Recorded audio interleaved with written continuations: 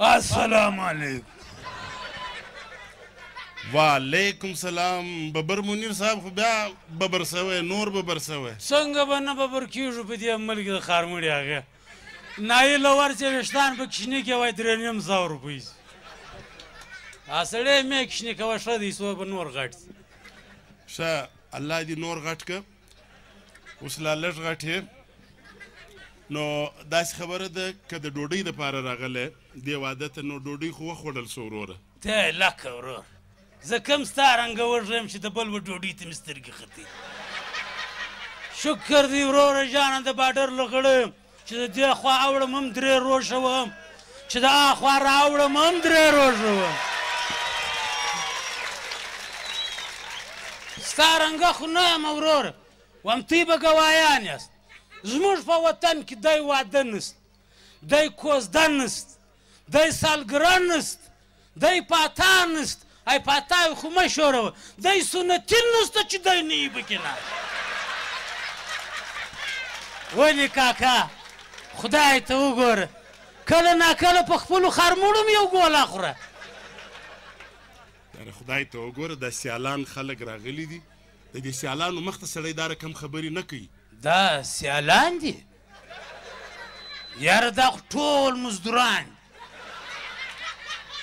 خدای ته وګوره دا ډېر لوی تجاران خلک دي. زه پیژنم ډېر کروڑپتیان خلک دي، پیسې والا خلک دي او ته مزدوران دي. او کاکا ما کله ویلې چې فقیران دي تجاران دي منم یې لکن مزدوران خو دي نه.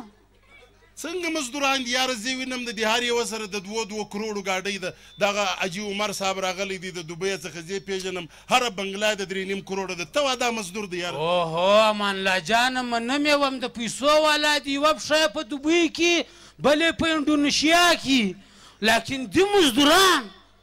نو بیا څنګه مزدوران دي یاره؟ ته خو زما سر را خلاص که یاره. اوهو امان الله جانه سر دې نه په خلاصېږي. دا منم سرمایه دار دي پیسې وروره په پیټیو کې نه ځایږي.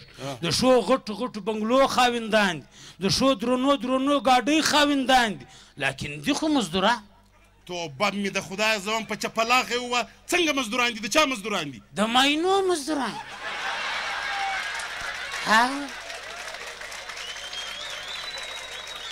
ول دوله دوله د ماینې مزدوره.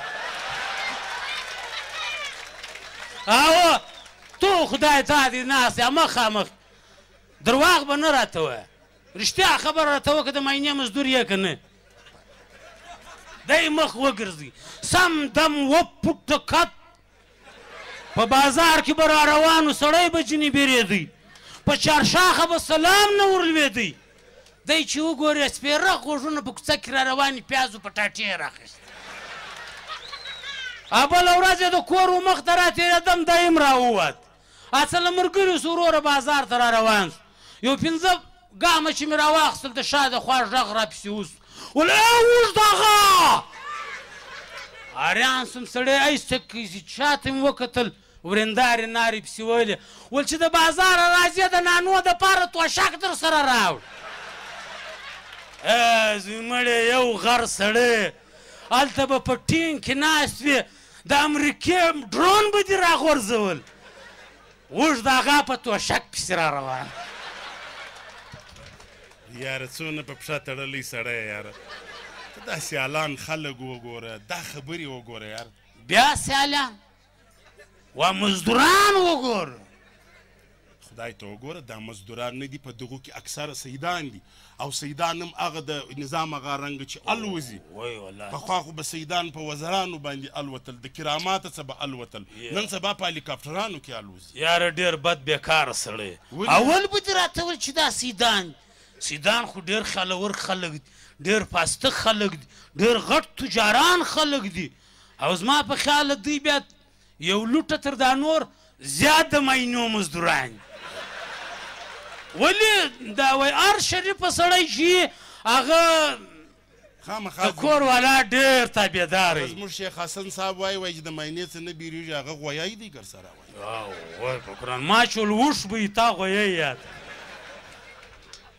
تاسې داسې وکړئ وروره یو څوک ډوډۍ والا سته دغه ته ډوډۍ ورکړئ دا خوله یې د ډوډۍ ورډک یا وروره ډوډۍ دی عجب به خبرې کوي وایي ډوډۍ د شادۍ امان الله صاحب ای د چمنو د ګلستانو د پشنو د کوټې سلخوږي دي راغوښتي دي ګردې سره رايوځای کړي دي وایي ډوډۍ زه چې اول د واره رالم دی د کشنو خواته ورتېر شو د کشن سیال خان زموږ یار دی ومیل دی ما سیال خانه څنګه یې یاره یو ګوله موله در باندې پیدا کېږي که یا ول څه کېله په قرآن کوئ ما ورته ویل ولې خانه خراب ای دونې غټ واده په اخبارو په ټیویانو کې ښکاره کېدل ای دونه ډوډۍ ای دونه واده ډوډۍ څنګه نشته ول کاکا والله که د بخیل سړي د کور پشي دیګونه دا ته راڅټلي لکه دوی چې وڅټل نو خامخا چې کاډ یې یوه سړي ته وراستولې او هغه درې اخشیان د ځانه سره راوستي نو امان الله جانه درې نه درې دېرش والله یو سړی مې ولیدی دوه ویشتې د ځانه سره راوستي وو بیا یې هم لږ راغوښتي دي د ده پر ځای زه وایي ګر سره مې خسرګنۍ ګرده راوسته نه ګوره زه تا ته یوه خبره وکړم دا مسخرې پر خپل ځای دي مګر زه دا ټوله خلک پیژنم دا ماشاءالله ډېر ښه خلک دي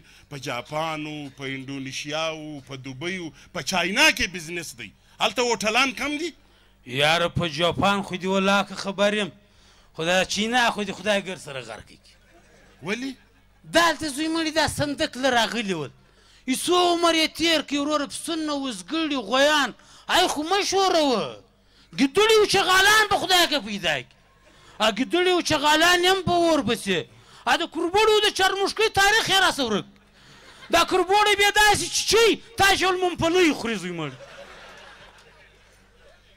چاینا چې دی ستا دا خیال دی چې دوی په چاینا کې ډوډۍ نه خوري ولې نه خوري وروره جان زما اکا حاجي ګدو دې پېژندی هغه چې به چینا له تللی وروره جان یو ورځ زه ورسره ملګری یم ایرپورټ لی بیا یم چې ګورې وروره د سترو جیبونه د کروتو دی پل درولي ما ورته ویل کاکا ای څه کوې خو سړی وایي د کروتو ګروزي دې شروع کړې ده ولې یا کاکا دا خو نو په چینا کې بیا زموږ خوراک نه میلاویږي بس په دغه ګزاره کوو کروتو غوړي سره وویشو ډوډۍ د خورو وا ته چې مې وارې تللې وې لاندې د درګنډې ایستلی نو خامخا بیا باسې وروره جان هغه بل اجله ډو خو به پېژنې او هغه غټ غوږونه چې دي یا ته نه پېژنې پنډه څټه چې ده یا کاکا ولکه دې لیدلی لا غټه ګېډه چې ده غټه ګېډه دې چې ده لکه حمام لیدلی دي بلکل د اوبه ډکه درې هفتې غسل پکوه او خود هغه زوی مړی بیا د غوښو ډېر شوقي دي دا ترا شوقي دي پر دنیا شی نه خوري وایي غوښه دي که د لنګې غواغه یې هم پروا نه کوي خو غوښه دي هغه زوی مړی چینا له تللی وروره جانه دا جیبونه دا صدري جیبونه نه دي دا د روشو دی بز درولي ول بس دغه دی وروره په جاز ته وروختي په جاز کې ناست صدقۍ باد چې ګورې تر صدري غوړي دی ټک ټک جاز یې ګرده په ولړ په جاز کې نه یې هغه نجلۍ چې ګرځي چې مازې برناکه و خلکو ته خاندي هغه ورله راله ولې کاکا پر تا دې بله ګروزي ودرېږي د ګریسو ګروزي دې شروع کړې ده زوی مړی ګریس د چینا سره راځي یا ګوره زه تاسو سره د یوه خبره نه منم چاینا ډېر لوی ملک دی په هغه کې ماشاءالله ډېر غټ غټ هوټلان دي که نه منې د حاجي سید محمد اغا څه پوښتنه وکړه د سید محمد اغا څه پوښتنه کوم زه خپله د چینا له تللی یم ګرد چینا مې په پښو راغوښتې ده هو ښه امان الله جانه یو شی په یاد راغلی دا کړایي د چیش څه پخېږي کړایي خو نو دغه د چرګ د غوښې د پسه د غوښې د غوایي د غوښې څه پخېږي د دوی د خانه خرابه سي ماتې د لړمانو کړایي کښېږي هغه بل څه ورته ای سیخ کباب د چیش څه پخېږي سیخ کباب خو نه هم د کیمې څخه پخېږي د غوښې دغه دی وروره ما ته ماران دوه ځایه کړي وو په سیخ یې پېودلي و راته کښېږدو ای زموږ ستوي خلک خو نو ته یې لیدلي د چیناسه چې راسي داسې یو 10-12 ورځې وروره دا د لړمانو د مارانو چمونه کوي کوږ کوږ روان دی کېږي سترګې خړې خړې کوي هغه یې دغه مارانو شونډکان یې خوړلي دي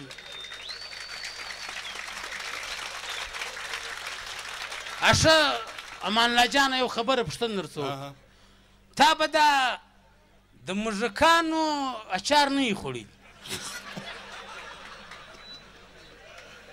خدای ته وګوره یار د مژکانو اچار بیا څنګه یار ښه تا هغسې لیدلي نه دي یا بابا ای څه وایه د کربوړو مربا دي نو ولې چې خوړلی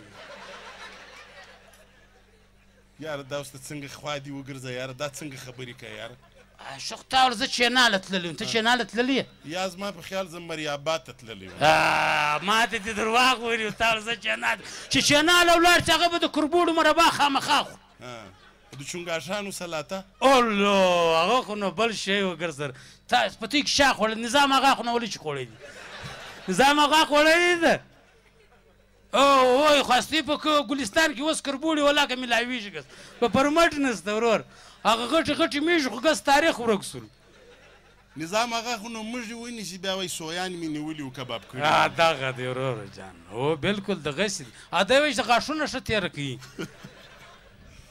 نو ملګرو دا و کلیم الله چکزی زموږ ډېر ښایسته دوست ده ستاسو د خندا دپاره موږ راغوښتی وو او زموږ میشن دغه